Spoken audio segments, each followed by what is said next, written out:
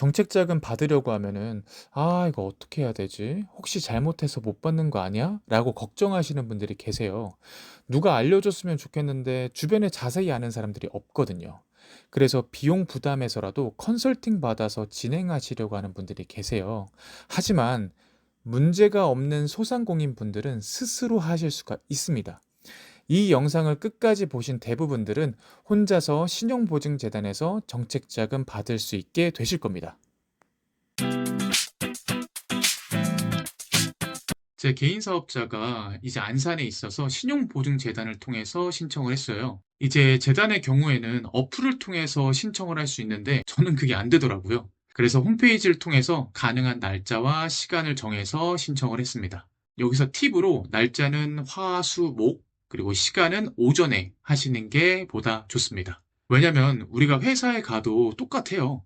이제 월요일 날, 금요일 날은 주말이 있기 때문에 또 바쁘기도 하고 좀 힘들기도 하잖아요. 그래서 화요일 날, 수요일 날, 목요일 날 방문하시는 게 좋고요.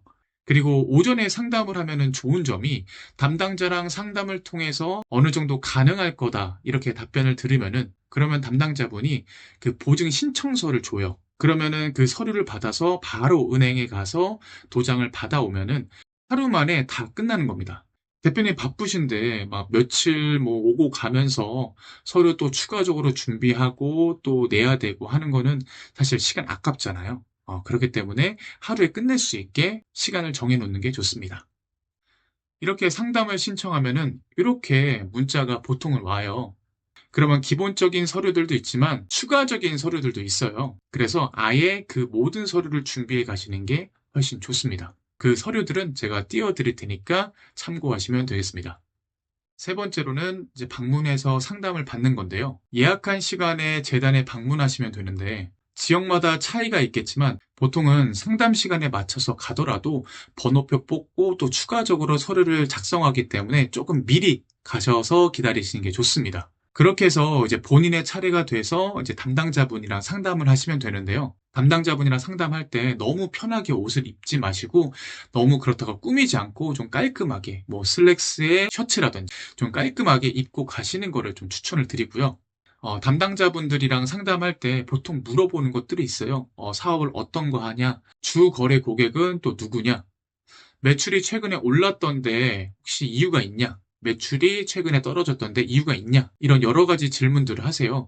그래서 제일 많이 물어보는 질문들을 제가 좀 종합을 해서 올려드릴 테니까 그거 보시면 되고요. 그 질문에 대한 대답을 미리 준비하시는 게 좋습니다. 상담받는 게 어려운 분들이 계세요. 그런 분들 같은 경우는 상담받는 거를 연습하시는 게 좋습니다. 우리 기업한테 조금 불리한 질문들이 올 수가 있어요. 뭐 가령 매출이 이렇게 떨어졌는데 이유가 뭐냐? 이렇게 물어보는 경우가 있어요.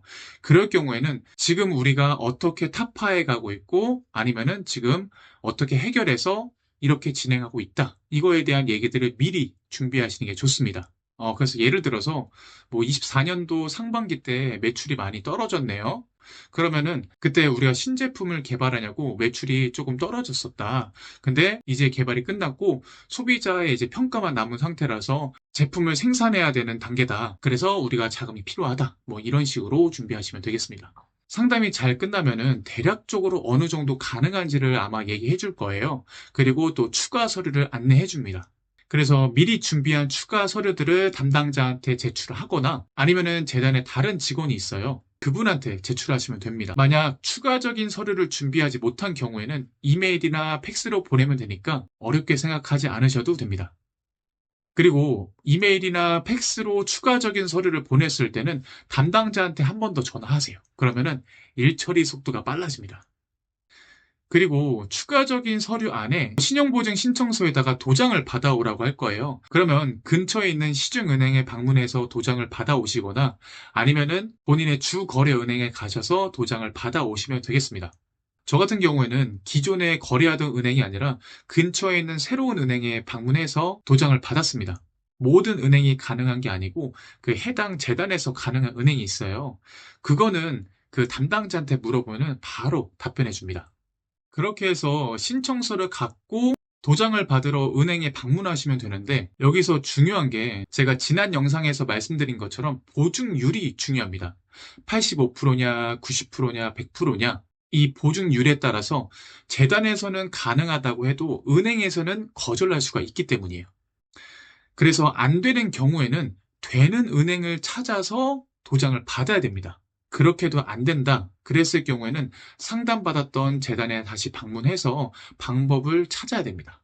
저 같은 경우에는 은행에서 가능하다고 해서 바로 도장 받고 신청서를 다시 재단에다가 제출했습니다. 여기서 팁으로 은행 담당자한테 다음에 제출할 서류들이 뭐냐 이렇게 물어보면은 서류들을 안내해 줄 거예요. 그 서류들을 미리 준비하시면 되고요. 저 같은 경우는 이렇게 서류들을 준비하라고 얘기해 줬습니다. 그리고 추가적으로 은행에서 안 된다고 그러면은 은행도 결국 기업이고 이윤을 창출해야 되기 때문에 은행에 도움되는 고객들을 좋아할 거예요. 그래서 IRP나 노란우산공제 이렇게 직접적으로 은행원의 실적에 도움될 만한 것들을 좀 자기가 하겠다라고 하면은 좀 적극적으로 해주려고 해서 가능한 경우도 있습니다. 다음으로는 재단 교육 이수인데요. 우리가 추가 서류 안내받은 종이에 보면은 교육 이수 부분이 있어요. 제가 있는 경기도의 경우에는 12시간의 교육 이수를 하면은 금리 2%를 지원받기 때문에 이거는 꼭 놓치지 않고 받으시면 좋겠습니다.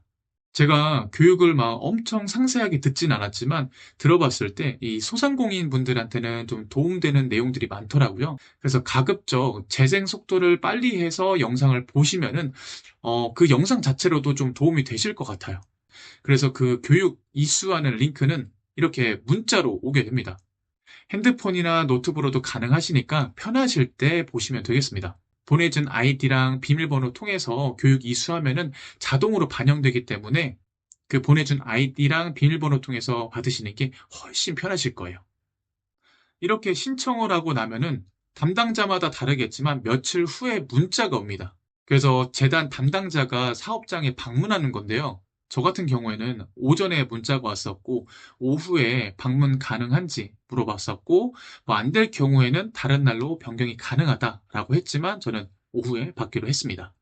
방문했을 때 어떻게 해야 될지 몰라서 좀 걱정하시는 분들이 계신데 일단 실사를 나왔다는 거는 높은 확률로 해주겠다는 거기 때문에 걱정 안 하고 편하게 받으시면 되겠습니다. 실제로 어떻게 운영하고 있는지 확인하는 정도라고 생각하시면 되시고요. 뭐 제조업이나 도소매, 뭐 음식점 이런 업종들은 기계라든지 판매 페이지, 홈페이지 이런 것들을 보여주시면 더 도움이 되십니다.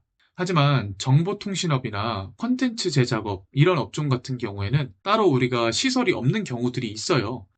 그럴 경우에는 우리가 거래했던 카카오톡이나 제작했던 제작물 아니면은 계약서 이런 자료들을 미리 준비하시면은 보다 좋습니다.